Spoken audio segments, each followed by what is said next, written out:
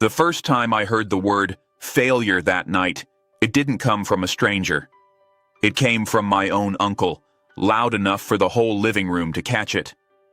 I stood by the snack table, paper plate in hand, and felt every conversation tilt toward me. It was the annual family reunion at my grandmother's old house, the one with the squeaky porch steps and too many framed photos. Everyone looked polished, confident, finished. I looked like a question mark. Aunt Marlene smiled sweetly and said, "So, still figuring life out?" My cousin Ryan leaned back in his chair like he owned the air. "Don't worry," he said, grinning. "Not everybody's meant to be successful." The way he said it made success sound like a private club I'd been kicked out of. My cheeks warmed, but I kept my voice calm. "I'm working," I said. Uncle Dennis laughed into his drink. "Working at what exactly?" He didn't wait for my answer. "Last I heard, you were bouncing around. No degree, no real job. Your grandma would have wanted more for you." That one landed heavier, like he'd thrown her name at me on purpose. My sister Kayla tried to cut in. "Evan's doing fine," she said, but her voice didn't have enough force to move the room. Marlene patted Kayla's hand. "Honey, we're just worried. Family worries." The word worried sounded like embarrassed, dressed in nicer clothes. I took a slow breath and stared at the old hardwood floor, the same floor I'd helped refinish years ago when nobody else showed up. "I'm not here to argue," I said. Ryan's smile widened. "Of course not. You never were much of a fighter." Dinner rolled on like a performance I hadn't auditioned for. Ryan talked about his new house and his big plans. Dennis bragged about connections, about money, about how he always saw opportunities. I nodded at the right times, letting their words pass over me like rain on a window. Then Grandma's friend, Mrs. Adler, walked in with a thin envelope tucked under her arm. She wasn't family, but she'd been around long enough to feel like a witness.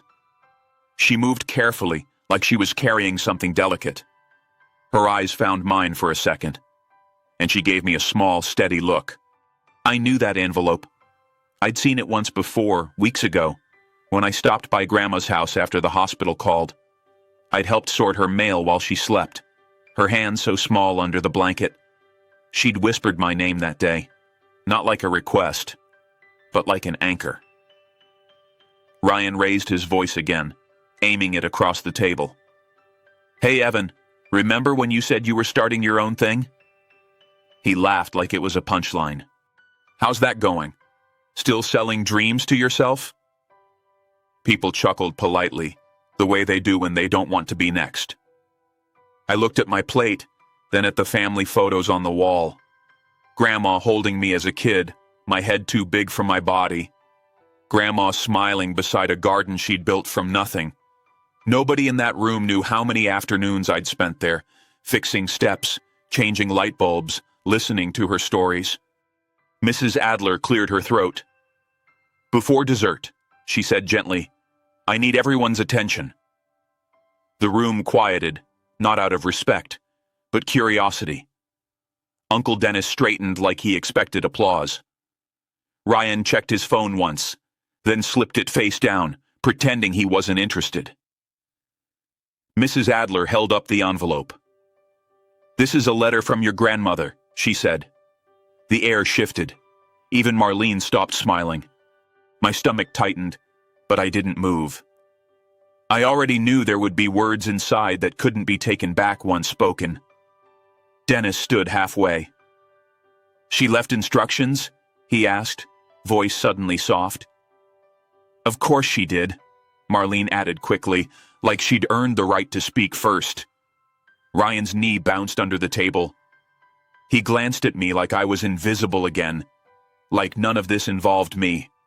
Mrs. Adler opened the envelope slowly, her fingers trembling just a little. "Your grandmother asked me to read this aloud," she said. "She wanted it done when everyone was together." Her eyes lifted. "She also asked that nobody interrupt, no matter what they feel." The first line hit the room like a bell. "To my family," Mrs. Adler read, "I love you, even when you make love difficult." A few people shifted uncomfortably. Then she continued, "I've watched you measure each other by titles and paychecks. I've watched you forget who shows up." Dennis scoffed under his breath, but he stayed quiet. Mrs. Adler read on. "I'm leaving the house, the land, and my savings to the person who cared for me without asking what they'd get." Her voice steadied. "The person who sat with me on nights I couldn't sleep. I felt Kayla's hand find my wrist under the table, her grip tight." Ryan's face tightened, like he'd swallowed something sour. Marlene blinked too fast. Mrs. Adler took a breath and read the next sentence clearly. "That person is Evan." For a moment, nobody moved. Even the refrigerator hum seemed louder. Dennis stared at Mrs. Adler like she'd mispronounced a word. Ryan's mouth opened, then closed again. Marlene's smile cracked, just slightly, like glass under pressure. Kayla's eyes filled, and she didn't bother hiding it. Mrs. Adler kept going. "Evan already knows why," she read. "He never once asked for money. He asked me what I wanted for dinner. He fixed what was broken. He listened when I was scared. He treated me like I still mattered." My throat tightened, but I kept my face steady. Ryan pushed his chair back a little, not standing, just creating distance. "This has to be a mistake," he said, voice sharp. Dennis finally spoke. She wasn't in her right mind at the end. The words were cruel, but they sounded more like panic than confidence. Mrs. Adler looked directly at them. "Your grandmother signed this with a clear hand," she said. "And she met with an attorney while she was lucid. She planned this carefully." She turned slightly toward me. "She also asked me to give you this." She held out a smaller envelope. I took it without rushing. The paper felt heavier than it should have. Inside was a short note in Grandma's handwriting. Just a few lines. "Don't argue, don't explain. Let them learn what you already know. Love is a verb. I'm proud of you." My eyes stung, but I blinked it back. The room started filling with noise again, but it was a different kind. Ryan tried to laugh, like he could rewind the last hour. "Evan, man. Hey, wow. I didn't know you were helping her that much." Marlene's voice softened. "Sweetheart, you should have told us." I folded the note carefully and slid it into my pocket. "I didn't do it for credit," I said. My voice surprised even me with how even it sounded. "I did it because she was alone a lot, and because she asked." Dennis stared at the table, jaw tight, like the wood might answer for him. Kayla stood and wrapped her arms around me. "I'm glad she saw you," she whispered. I held her for a second, then let go gently. Across the room, Ryan watched like he was trying to calculate a new version of me that made sense to him. Dennis looked smaller than before. Later, as people drifted outside, Marlene approached with careful steps. "Evan," she said, "we were hard on you." I didn't nod or deny it. I just looked at her. She swallowed. "Your grandmother, she always had her reasons." I answered quietly. "Yeah, she did." When the house finally emptied, I walked through the hallway alone. The pictures on the walls didn't look like trophies anymore. They looked like reminders.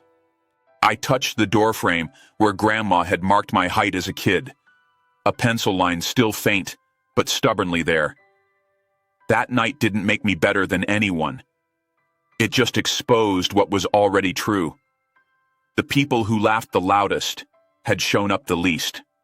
The person they called a failure had been doing the quiet work that doesn't photograph well. And sometimes respect arrives late, but it still arrives.